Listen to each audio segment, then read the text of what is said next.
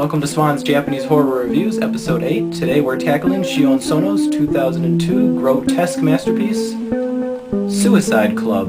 The opening scene of Suicide Club has become the stuff of Japanese horror legends. It involves 54 Japanese schoolgirls who are going to board a train in the Shinjuku station of Tokyo, only to link hands above the train railway, and what follows is possibly one of the greatest openings of any movie that I've ever seen. But is there more to it than this very shocking opening, which I'm not going to spoil, but you can probably see it in the trailers.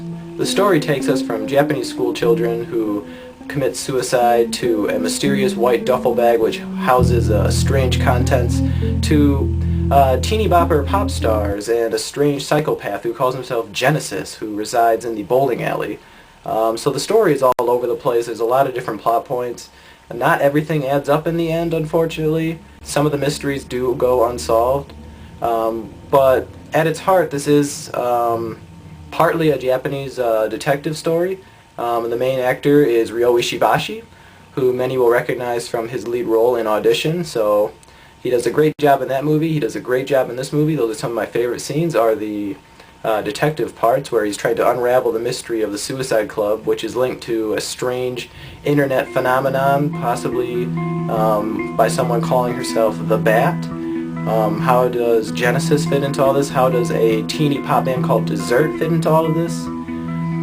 It's very strange, but all these seemingly obscure pieces come together. The confusion of the movie might be eased if viewers were to watch the sequel, which was just released in Japan last year, Noriko's Dinner Table.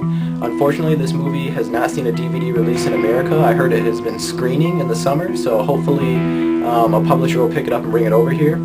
There's also a third movie that is planned for the Suicide Club trilogy, and apparently all the plot holes in the first movie, are seemingly strange plot holes, will be patched up and make a lot more sense just by the second movie alone, which I hear is far less graphic in parts and is more of a drama. Beyond the graphic opening scene, there are still many other scenes that are shocking and very controversial. I'd say nothing reaches the level of that first scene, but fans of blood and guts and gore in their movies, they'll find enough to like in this one.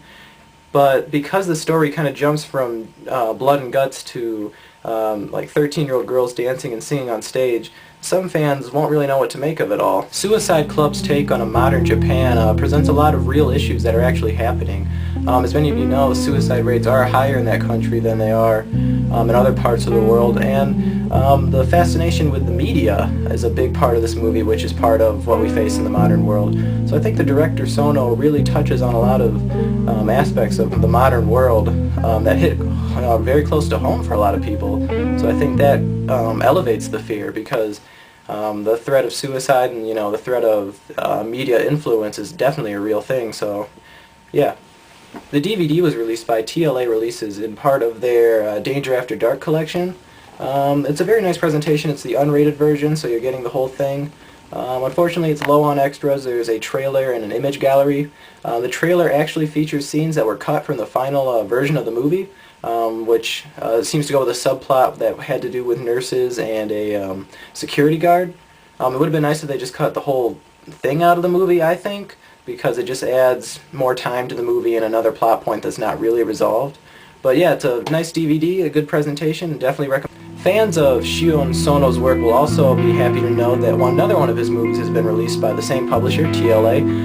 Another movie by the title of Strange Circus, which is a very erotically grotesque film. Somewhat hard to watch because of the subject matter, but I'll probably be reviewing that later. It's definitely a very bizarre movie. In conclusion, Suicide Club is a very interesting and thought-provoking film that unfortunately isn't entirely clear by the time the movie's done. Some of the plot points don't really add up, but hopefully this will be remedied by seeing the sequel. For Japanese horror fans looking for something with both blood and guts and a brain to it as well, with enough to think about, definitely recommend checking out Suicide Club.